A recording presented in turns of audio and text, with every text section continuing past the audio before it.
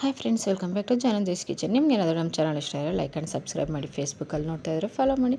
ಬನ್ನಿ ಫ್ರೆಂಡ್ಸ್, ನಾವು ಇವತ್ತು ಹೈ ಪ್ರೋಟೀನ್ ಲಡ್ಡು ಮಾಡೋಣ. ಯಾವುದೇ ಎಣ್ಣೆ ಬೆಣ್ಣೆ ತುಪ್ಪ ಏನೂ ಬಳಸದೆ, ಹಾಗೆ ಡ್ರೈ ಫ್ರೂಟ್ಸ್ ಬಳಸ್ತೇನೆ, ಆದ್ರೂ ಹೈ ಪ್ರೋಟೀನ್ ಲಡ್ಡು ಹೇಗೆ ಮಾಡೋದು ಅಂತ ನೋಡೋಣ.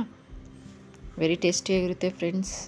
ಬನ್ನಿ ಹೇಗೆ ಮಾಡೋದು ಅಂತ ನೋಡೋಣ. ಮೊದಲಿಗೆ ಒಂದು ಬಾಣಲಿ ತೊಗೊಳ್ಳಿ, ಅದಕ್ಕೆ 1 ಕಪ್ ಕಡಲೆ ಬೀಜ ಹಾಕ್ಕೊಂಡು ಅರೋಮ ಬರೋವರೆಗೂ ಡ್ರೈ ರೋಸ್ಟ್ ಮಾಡ್ಕೊಳ್ಳಿ.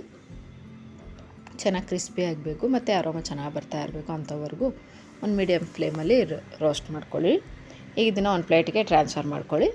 ಹಾಗೆಯೇ ಅದೇ ಬಾಣಲಿಗೆ ಸಿಪ್ಪೆ ತೆಗೆದಿರೋ ಅಂಥ ಹಲಸಿನ ಬೀಜ ಹಾಕ್ಕೊಳ್ಳಿ. ಹಲಸಿನ ಬೀಜನೂ ಹೈ ಫ್ಲೇಮಲ್ಲಿ ಡ್ರೈ ರೋಸ್ಟ್ ಮಾಡ್ಕೊಳ್ಳಿ. ಚೆನ್ನಾಗಿ ಕುಕ್ ಆಗಬೇಕು ಫ್ರೆಂಡ್ಸ್. ಬೇಗ ಆಗೋದಿಲ್ಲ ಇದು, ಒಂದು ಸ್ವಲ್ಪ ಟೈಮ್ ತಗೊಳುತ್ತೆ.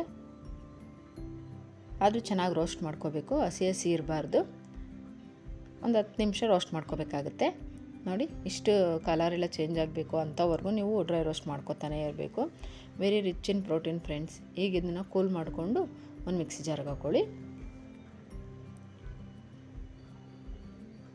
Very easy friends and very tasty ಕೂಡ. ನಾವು ಇದಕ್ಕೆ ಯಾವುದೇ ಡ್ರೈ ಫ್ರೂಟ್ಸ್ ಎಲ್ಲ ಯೂಸ್ ಮಾಡೋಂಗೇ ಇಲ್ಲ. Very rich in protein. ಹಾಗೆ ಇದಕ್ಕೆ 1 ಕಪ್ ಕೊಬ್ಬರಿ ಹಾಕ್ಕೊಳ್ಳಿ. ಒಣ ಕೊಬ್ಬರಿ ತುರಿ, ಹಸಿ ಕೊಬ್ಬರಿ ಎಲ್ಲ. ಹಾಗೆಯೇ ಹುರಿದಿಟ್ಕೊಂಡಿರೋ ಕಡಲೆ ಬೀಜ, ಮತ್ತು ನಾನಿಲ್ಲಿ 1 ಕಪ್ ಬೆಲ್ಲ ಹಾಕ್ತಾಯಿದ್ದೀನಿ. ನೀವು ಸ್ವಲ್ಪ ಸ್ವೀಟ್ ಕಮ್ಮಿ ಆದರೆ ಕಮ್ಮಿ ಯೂಸ್ ಮಾಡ್ಕೊಳ್ಳಿ, ಇಲ್ಲಾಂದರೆ ಅಷ್ಟೇ ಕ್ವಾಂಟಿಟಿ ಹಾಕ್ಕೊಳ್ಳಿ. ಹಾಗೆಯೇ 2 ಏಲಕ್ಕಿ ಸೇರಿಸಿ ಚೆನ್ನಾಗಿ ಆಯಿಲ್ ರಿಲೀಸ್ ಆಗೋವರೆಗೂ ಗ್ರೈಂಡ್ ಮಾಡ್ಕೋಬೇಕು ಫ್ರೆಂಡ್ಸ್. ಡ್ರೈಯೇ ಇರುತ್ತೆ, ನೀವು ಗ್ರೈಂಡ್ ಮಾಡ್ಕೊತಾನೇ ಇದ್ದರೆ ಈ ಟೆಕ್ಸ್ಚರ್ ಬರುತ್ತೆ ನಿಮಗೆ. ಗ್ರೈಂಡ್ ಮಾಡ್ಕೊತಾ ಇರಬೇಕು ಪಲ್ಸ್ ಮೋಡಲ್ಲಿ ಒಂದು ಸ್ವಲ್ಪ ಹೊತ್ತು, ಆಮೇಲೆ ಮಾಮೂಲಿ ಮೋಡಲ್ಲೂ ಗ್ರೈಂಡ್ ಮಾಡ್ಕೊತಿದ್ರೆ ನಿಮ್ಗೆ ಈ ಟೆಕ್ಸ್ಚರ್ ಸಿಗುತ್ತೆ. ಫಸ್ಟ್ ಡ್ರೈಯೇ ಇರುತ್ತೆ. ಇದಕ್ಕೇನು ಎಣ್ಣೆ ತುಪ್ಪ ಎಲ್ಲ ಏನು ಬಳಸಬೇಕೇ ಆಗಿಲ್ಲ. ಆ ಹಲಸಿನ ಬೀಜದಲ್ಲಿರೋದೇ ಎಣ್ಣೆ ಅಂಶ ಮತ್ತು ಕಡಲೆ ಬೀಜದಲ್ಲಿರೋದೇ ಬಿಟ್ಕೊಳ್ತಾ ಇರುತ್ತೆ. ನೋಡಿ ಎಷ್ಟು ಚೆನ್ನಾಗಿ ಲಡ್ಡು ಕಟ್ಟೋಕೆ ಬರ್ತಾಯಿದೆ. ಇದಕ್ಕೆ ಎಣ್ಣೆ ತುಪ್ಪ ಏನು ಯೂಸ್ ಮಾಡಿಲ್ಲ ನೋಡಿ, ಹಾಗೆಯೇ ಲಡ್ಡು ಬರ್ತಾಯಿದೆ. ಹಲಸಿನ ಬೀಜನ ಎಸಿಬೇಡಿ ಫ್ರೆಂಡ್ಸ್. ವೆರಿ ಪ್ರೋಟೀನ್ ಇದೆ ಇದರಲ್ಲಿ, ಹೈ ಪ್ರೋಟೀನ್ ಇದೆ. ನೋಡಿ, ಈ ಥರ ಲಡ್ಡು ಮಾಡಿಕೊಂಡು ತಿನ್ನಿ.